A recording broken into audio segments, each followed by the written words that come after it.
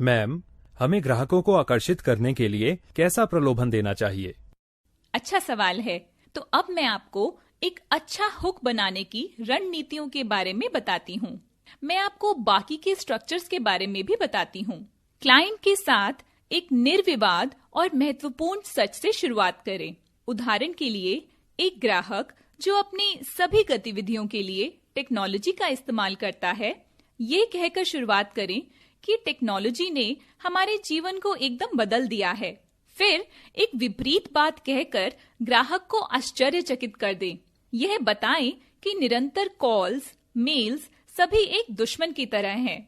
उन्हें समझाइए और अपना समाधान जो आप उन्हें देने जा रहे हैं उनके दिमाग में डाल दीजिए। उदाहरण के लिए, टेक्नोलॉजी पर आधारित कम्युनिकेशन ने कम्युनिकेशन से मानव स्पर्श को छीन लिया है और सभी को एक तरह से देखता है, और इसीलिए हमें ऐसे विकल्पों की आवश्यकता है जो वास्तविक वार्तालाप करने में मदद करें।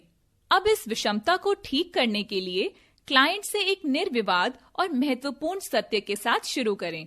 उदाहरण के लिए, एक ग्राहक जो इवेंट वीडियोग्राफी करता है, उसको ये कहें कि ड्रोन ने इवेंट्स को बेहतर डिटेल्स में कैप्चर करने में मदद की है। फिर क्लाइंट की चिंताओं के बारे में भी कुछ कहें।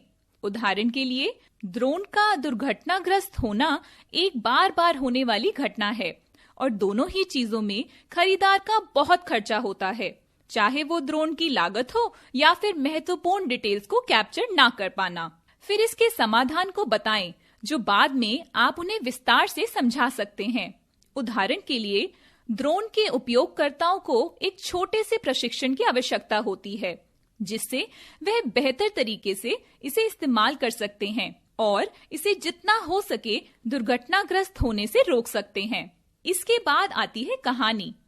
ऐसी कहानी के साथ शुरू करें जहां एक समस्या थी, फिर समस्या का समाधान कैसे किया गया ये समझाएं।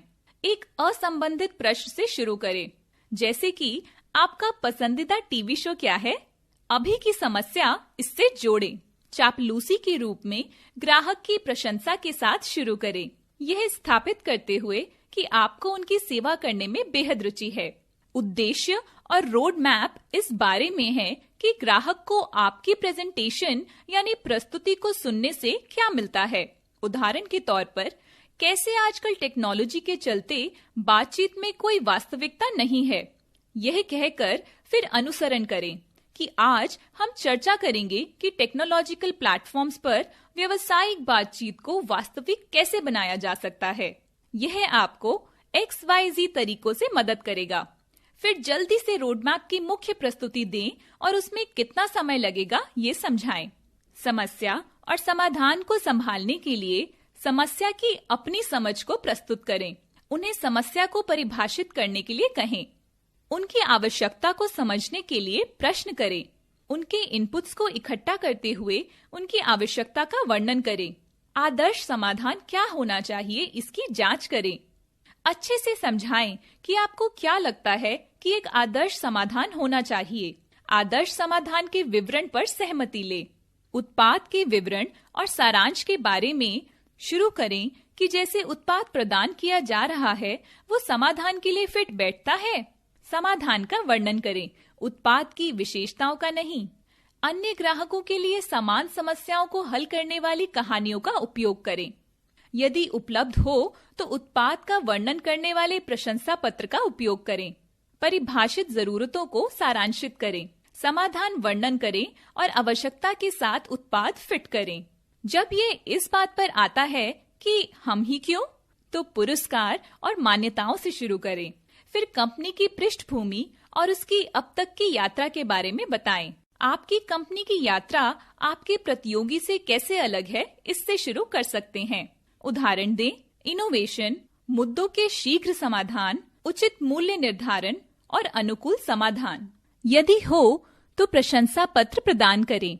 वैकल्पिक रूप से पोस्ट सारांश, उनके बारे में पूछें कि वे अपने सेवा प्रदाता में क्या देखते हैं और फिर खुद को उस विवरण में रखें।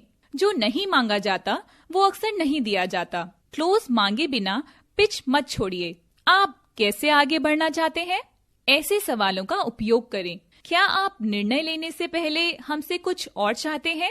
क्या हमारा उत्पाद आपकी आवश्यकताओं को हल करता है? अंत में आप उनसे पूछ सकते हैं कि वे यहाँ से आगे बढ़ना चाहते हैं।